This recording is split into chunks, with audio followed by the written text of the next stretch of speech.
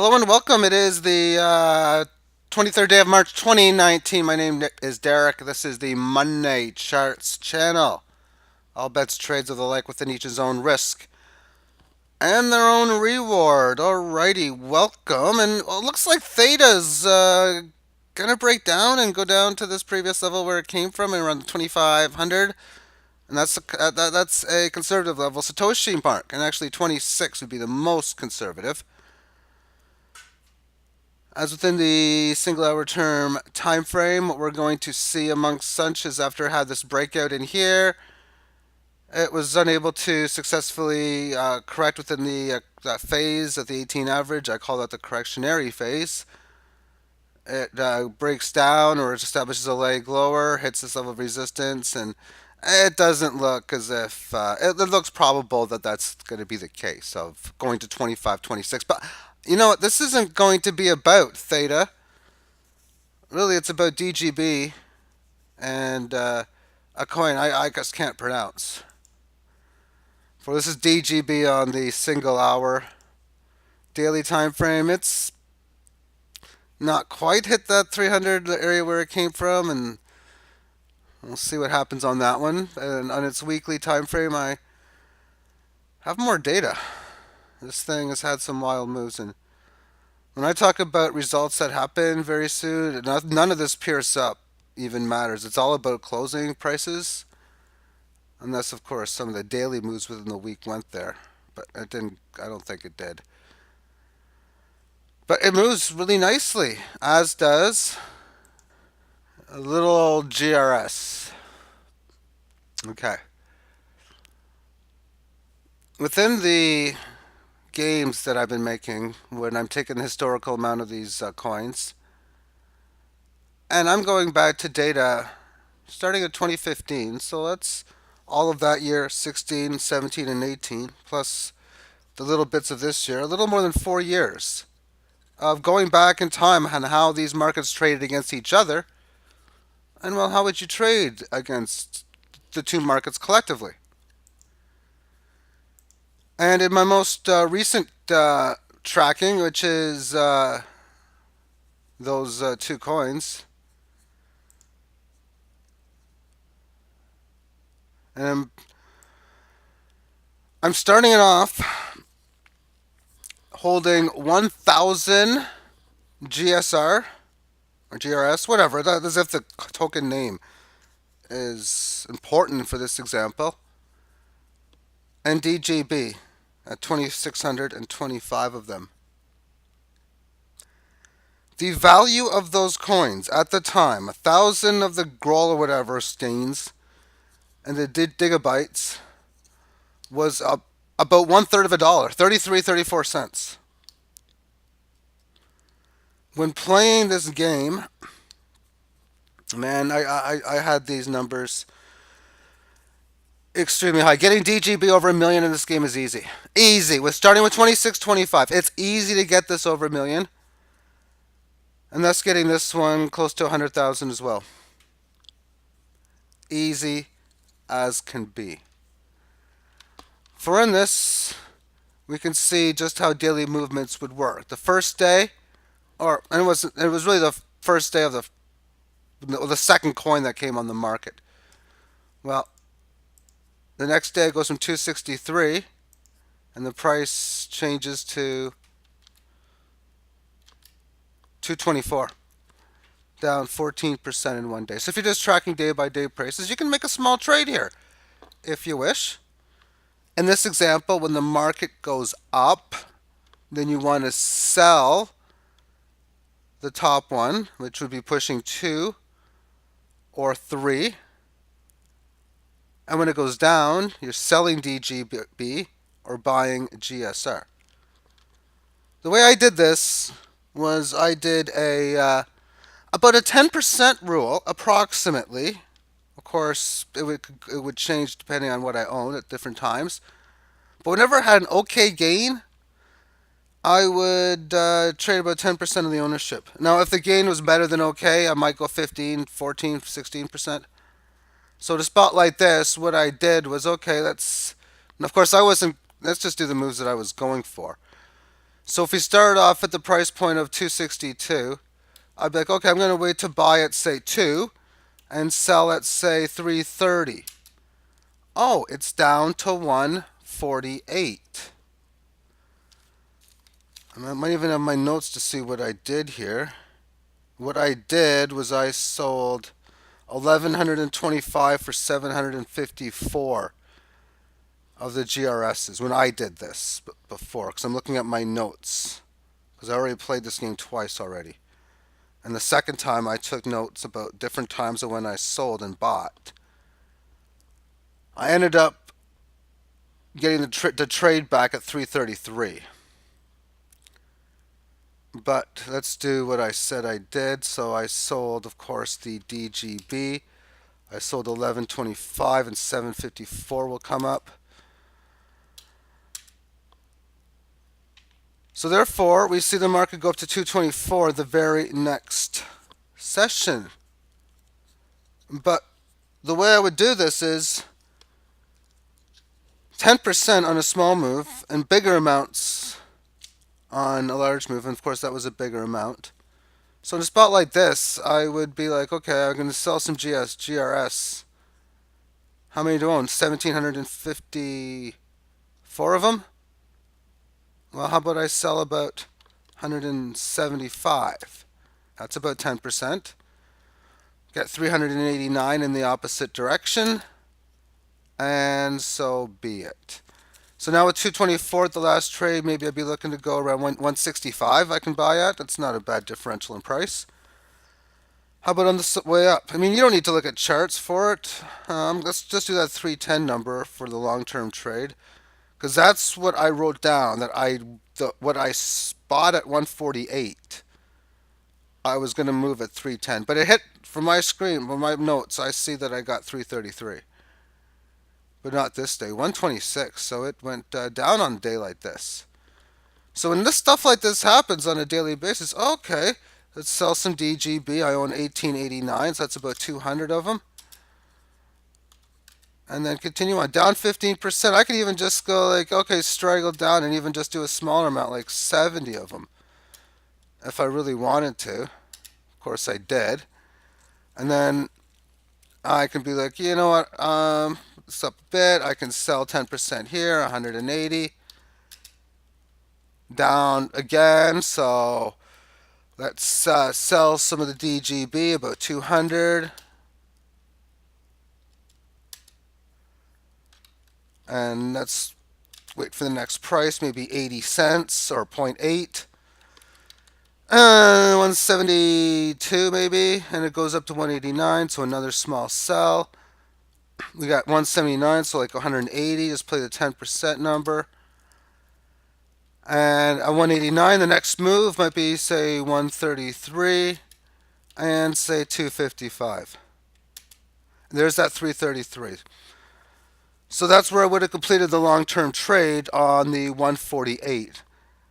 And for my notes, I had one that didn't get filled because the market just shot too much high. Then it was just not, it was just, there was no reason to fill it again later.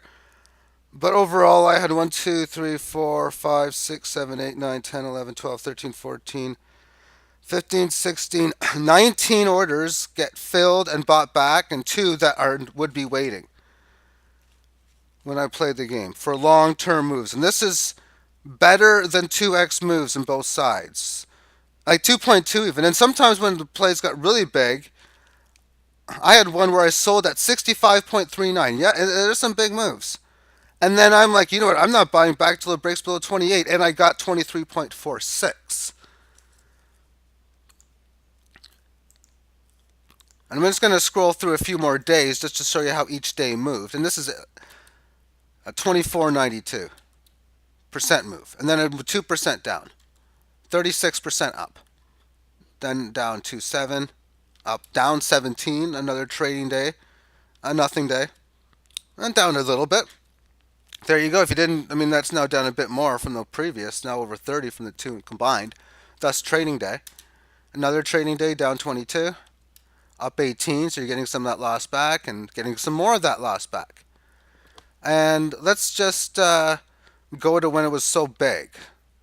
So let's just wait for it to go to 22, which it doesn't go. And I already spoiled that it goes over 50.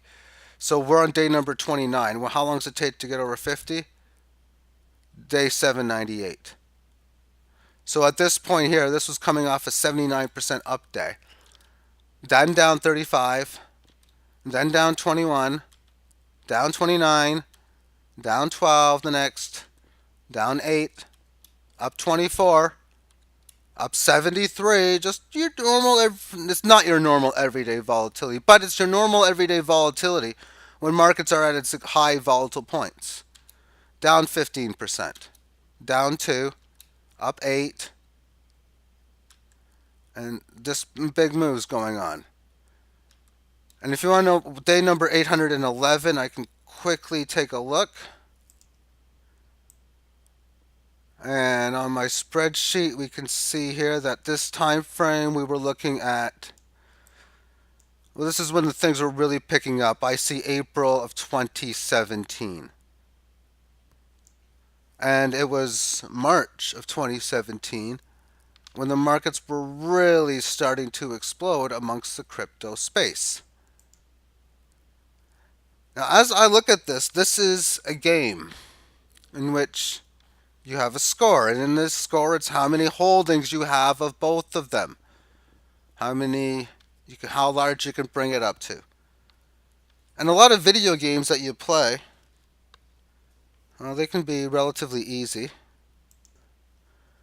Like, say, this game, which is called Mansion Impossible. And it's a game where you buy real estate. I just bought this house, and I'm going to sell it on the market when the time is right. The time is right. I'm going to sell it. I got 24K profit. Let's buy this house for 71. And we'll sell it. I mean, it's going up. It's at 120, 130. Yeah, it's time to sell. We'll buy this one for 52. I got my balance right here. Okay, we're at 91, 93, 94. Time to sell. Oh, we got this house at 214. 297, 314, 325. It's time to sell. Let's buy this one. And let's buy this one. I'm a real estate tycoon, as they might say. I think I can buy this. I can. It's a better house. It's worth more. It's at worth 350. Now it's worth going down. My bankroll's up to 484. Let's buy this cheapie. And this cheapie. And this cheapie. And this cheapie. Let's sell this. So can't afford that, although I kind of could. This one's going down.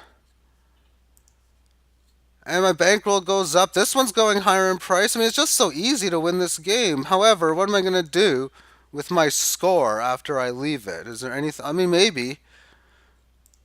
I can get up to about 1,000 now. I mean, I can't afford that. That's 2,700.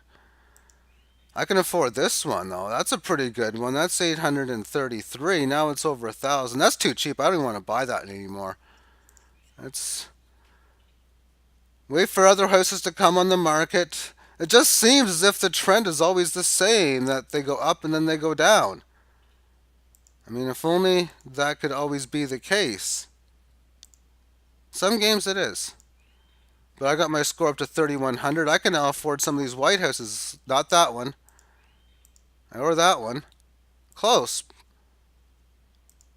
But I got two. Look at that. 69K left. Spent pretty much my entire bankroll on these two. And now we got this one here, go up to 52. I mean, this one's just soaring in price. 68, 69, 7. There we go. We're up to 8,300 now. We'll buy this one. I think the game's almost over. Well, I know it is, because I know how this game is running. Now it's just ending the game now. Let's sell this and buy this big one. 13 years, 7 months. That's not a good score. I like 9. If I can get under the 9-year number, that's pretty good. But it's just a game. What am I going to do with that score? And in here, this is just a game. What are you going to do with this score? Well, within the computer, nothing. However, I believe this is a phenomenal learning tool for getting accustomed to how the days would work and how when to trade, how much to trade.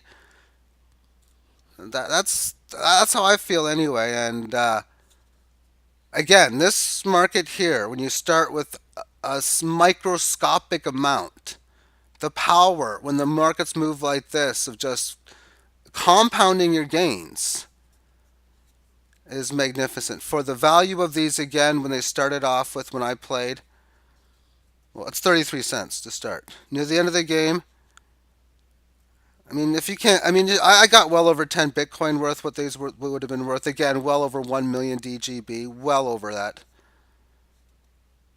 Several tens and tens and tens of thousand, even close to 100,000, I would think, of the GRS. And when you think about this, is the trend for how these markets move finishing at this time? And I have to think the answer is no. I'm going to do another last call video because I did earlier and I was shocked that I didn't get any comments on that last video. As I got a decent amount of these going on into play. And the reason I'm still doing it because I'm getting bored of this game myself. I really am. However, I do have people that friends that I would know would like this, and I do, and I don't, wouldn't be surprised if, say, a month from now, 3 months from now, somebody else is like, "Hey, I hear you're pretty good," or I can, yeah, I got these ready to go, and to me, I just think this is good part of educational learning software. Yes, the GUI, the graphical user interface, sucks, but it's to me, I don't think that's really what it's about. It's about becoming familiar with the market and all that stuff. And by the way, if you ever have a spot where you sold last to 189, you might as well sell at 23.1 here, I guess. Maybe you'd sell like 1,700 of them and pick up 70. Ooh. Oh, wrong side, wrong side. That's, yeah, you sell two. Yeah, sell 1,200 of these. That's right. You get 27,000 in the opposite direction. And let's just see, does it go down to like even 7? Yeah, it does. It did. So maybe we'll sell some. Now we're going to sell the DGB. Owning 29,000, let's sell 23,800. And pick up 62 in the opposite direction. Okay, let's do big volatility to finish this game off. Yeah, go to price. Let's go zero point 0.9 and up to about 16. Okay, goes below 0.7. So let's sell 39.55. Yeah, that looks good. And I know it doesn't go lower, but maybe you go for like 8, which it goes to. And this is another strategy one can implement, like extreme movements. And then, okay, let's sell a shitload of these things. We're selling on number 2 now, selling GRS. You own 11,000. Let's sell 9,000 of them. So now I'm only going to have 27. But I only have 1,800 DGB. And there's 80,000 getting added to your stack. And okay, well, let's now do it again. We last trade at 9. So maybe if it goes to like 2.25. Or if it goes up to 30. Oh, it goes up to 50. Okay, that's not bad. So we'll end up selling, say, 2,700, maybe 2,100 of them. And even down 39%, but I want a better price than that. So let's try for 11. And then maybe on the upside, I know it doesn't go there, but let's just do 17,252,361. And it doesn't even go to 11. And it didn't go to the 1.725 or 17.25 million rather. But even here, 188,000 DGB, what are they worth? Well, not bad because it's relatively close to a Bitcoin, not quite. 189,000. 1, 2, 3, 4, 5, 315. Yeah, zero point 0.6. And then on the other one, 1, 2, 3, 4, 5, 315. Multiply the ratio because that's how much higher the other coin would be. Ratio is 31. Of course, that's day 1,000. Never mind. I'm not going to count that anymore. Actually,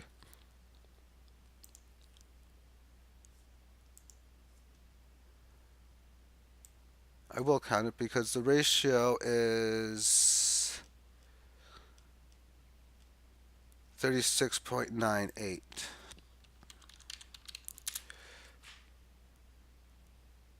So that's the price of that. And how many of the coins did I have? I had 645 of them. That's 0.07, so I mean, not bad. Zero point 0.6 was 0.07, would be 0.67. So in that case there, again, I would have started as 0.67. That's well, in dollar terms. And I skipped a whole bunch of trades. I mean, I can kick that numbers ass easy. And Bitcoin's close to 4,000 now, as if it matters. 2,500 bucks, starting off with 33 cents. Bitcoin prices are 16 times higher, 15 times, 16, 17 times higher since the start of this game. And of course, 16, 17 times higher on 33 cents. Well, that's $5 or $6. Thank you for tuning in. Again, comments, last call again. There's no sense in me putting the code in if nobody's downloading it. I have no way of checking to see how many people actually view the pages that I go to, or if they're even. I mean, there's no way I'd even know if you're copying and pasting the code. But if it is interesting, it's a very good program. I'm extremely proud of such a terrible program. And when I say terrible program, I mean the GUI and the stuff like just a bunch of things that could even make a bad GUI program better. But I still think it gets the job done very, very nicely. Okay, bye bye.